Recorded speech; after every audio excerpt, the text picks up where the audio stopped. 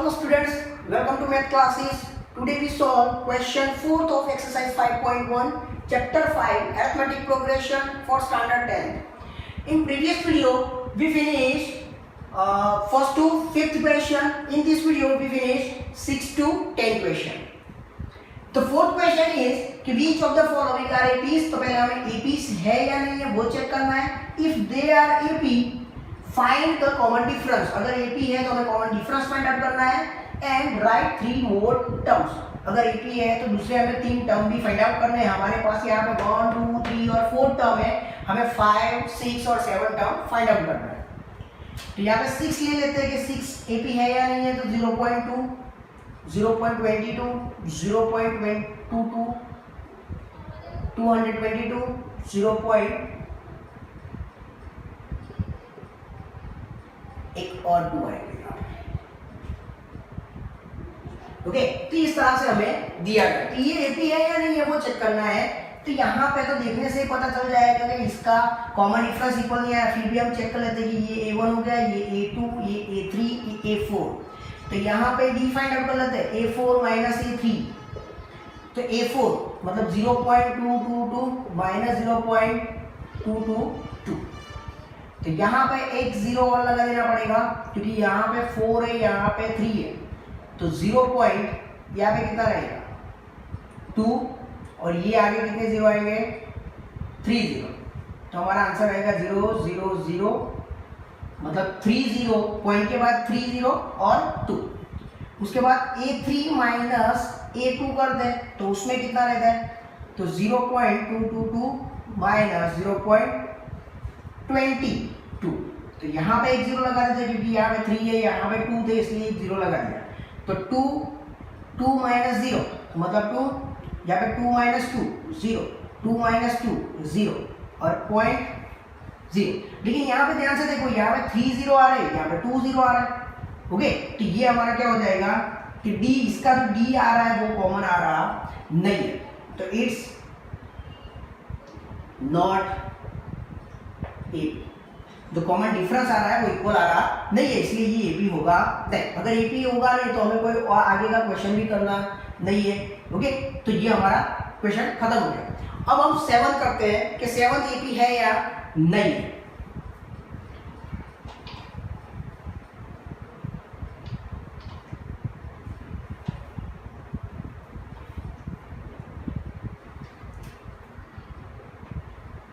तो 7 क्या है 0, -4, -8, -12. तो यहाँ पे भी A1, A2, A3, A4. तो हमें यहाँ पे भी कॉमन डिफरेंस ही चेक करना पड़ेगा. तो कॉमन डिफरेंस चेक करते हैं तो डी क्या मिलेगा A4 माइनस A3. तो A4 मतलब -12. लेकिन A3 माइनस है और A3 भी क्या है माइनस है, इसलिए ये माइनस और ये माइनस दोनों क्या हो जाएगा माइनस माइनस प्लस हो जाएगा. -12 में से 8 चला गया मतलब कितना बचेगा -4. उसी तरह से A3 माइनस A2 चेक करते हैं तो A3 -8 और ये भी माइनस है इसलिए माइनस माइनस प्लस हो जाएगा. तो 4, तो ये कितना बचा -4. यहाँ पे देखते हैं A2 माइनस A1 तो -4 और ये -0. तो -4 में से 0 चला गया मतलब कितना बचेगा -4. तो यहाँ पे कॉमन डिफरेंस इक्वल आ रहा है मतलब ये क्या हो जाएगा इट्स एबी. तो ये तो हमारा एबी हो गया. तो कॉमन डिफरेंस कितना मिलेगा यहाँ पे मैंने फाइंड आउट कर दिया है. तो कॉमन डिफरेंस होगा हमारा कितना मिल जाएगा -4. और हमें आगे 3 टर्म और फाइंड आउट करने हैं तो A5 मतलब A + 4D.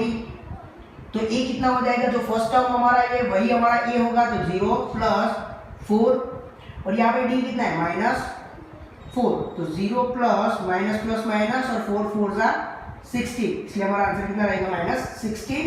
ये A5 आ गया. A6 A + 5D. तो A कितना है 0 5 और D कितना मिला -4. तो 0 प्लस माइनस माइनस और 5 4 जा 20.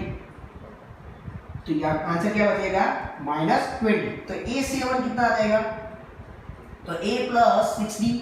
तो 0 + 6 मल्टीप्लाई बाय -4. तो 0 प्लस माइनस माइनस और 6 4 जा 24. तो आंसर आएगा -24. 4। तो ये हमारा क्या हो गया, 7 हो गया। उस तरह से हम 8th क्वेश्चन कर लेंगे। आपको अगर नोट डाउन करना हो तो आप वीडियो रिज्यूम करते कर लेना।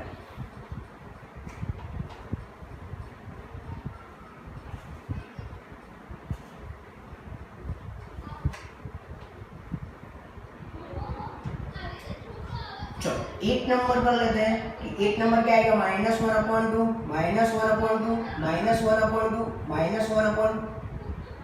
ओके, तो हमारा डी कितना रहेगा, तो यहाँ पे A1 A2 A3 और A4। तो यहाँ पे सारी वैल्यू एक जैसी आ रही है, इसका मतलब ये सबका कॉमन डिफरेंस कितना आएगा। अगर सपोज के 3 3 3 3 आ रहा है, तो इस तरह से अगर है तो अगर देखा जाए तो देखो 3 में से 3 चला गया मतलब 0, 3 में से 3 चला गया मतलब 0। तो यहाँ पे भी ये कॉमन ही है, सब इक्वल ही आ रहा है। इसका मतलब यहाँ पे कॉमन डिफरेंस कितना रहता है, 0 ही रहता है। और ये इसको क्या माना जाएगा, AP माना जाएगा। इट्स AP, ये AP है। और दूसरा क्या होगा, इसके आगे के A5 भी क्या आएगा, -1/2। A6 भी क्या आएगा, -1/2। और A7 भी क्या आएगा, -1/2। तो इस तरह से हमारा ये क्वेश्चन हो जाएगा, क्योंकि इसके सारे जो टर्म्स दिए गए वो कैसे है, इक्वल। इसलिए इसका जो कॉमन डिफरेंस आता है, इक्वल टर्म्स आता है AP के अंदर, तो उसका कॉमन डिफरेंस कितना होता है, 0 होता है। और 0 होगा, सबका कॉमन डिफरेंस इक्वल आ रहा है, इसका मतलब वो AP माना भी जाएगा और उसके आगे के टर्म भी क्या हो गए, इक्वल। तो ये हमारा क्या हो गया, 8th क्वेश्चन हो गया। 9 नंबर देखने से ही पता चल रहा है कि वो AP नहीं है।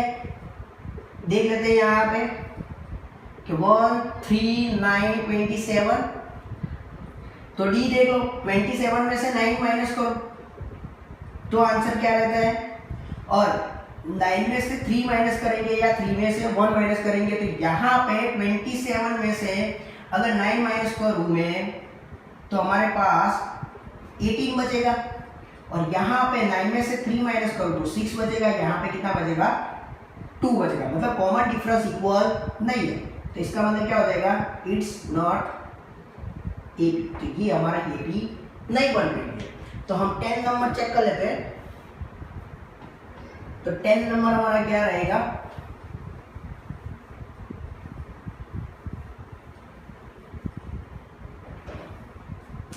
तो हमारे पास 10 नंबर है A 2A 3A 4A। तो A1 A2 A3 A4। तो पहले तो हम फाइंड आउट कर लेंगे कॉमन डिफरेंस। तो A4 माइनस A3, तो 4A माइनस 3A मतलब A आ रहा है। A3 माइनस A2, तो 3A माइनस 2A, तो भी हमारा क्या आंसर आ रहा है, A आ रहा है। A2 माइनस A1 करते हैं तो 2A माइनस A, तो भी हमारा आंसर क्या बचेगा, A। इसका मतलब कॉमन डिफरेंस इक्वल है, इसलिए क्या हो जाएगा, इट्स AP। और कॉमन डिफरेंस कितना रहेगा, तो A रहेगा। कॉमन डिफरेंस कितना रहेगा, A। ओके, अगर कॉमन डिफरेंस इक्वल आ रहा है, ये AP है, तो हमें आगे के 3 टर्म फाइंड आउट करने हैं। तो A5 A प्लस 4D, तो A कितना है, A ही है। और 4 मल्टीप्लाई बाय A मतलब D कितना है, A। तो A प्लस 4A, तो हमारा आंसर कितना रहेगा, A प्लस 4A मतलब 5A। तो A6 भी कितना हो जाएगा, A प्लस 5D। तो A तो है ही हमारा, 5 मल्टीप्लाई बाय D कितना हो जाएगा, A। तो ये दोनों का प्लस कितना हो जाएगा, 6 है। उस तरह से 7 चेक कर लेते हैं। तो A प्लस 6D, तो A plus 6 multiply by D मतलब A। तो यहाँ पे 6A प्लस A मतलब 7। तो हमारा आगे के जो मोड टर्म्स है, 3 टर्म्स A5 A6 और A7 भी मिल जाएंगे। ओके, तो इस तरह से हमें क्वेश्चन 4 के 6 to 10 क्वेश्चन सॉल्व हो गए। नेक्स्ट जो हमारे 11 to 15 बचे हैं वो हम नेक्स्ट वीडियो में करेंगे। आई होप कि आपको अच्छी तरह से समझ में आ गया होगा। Thank you.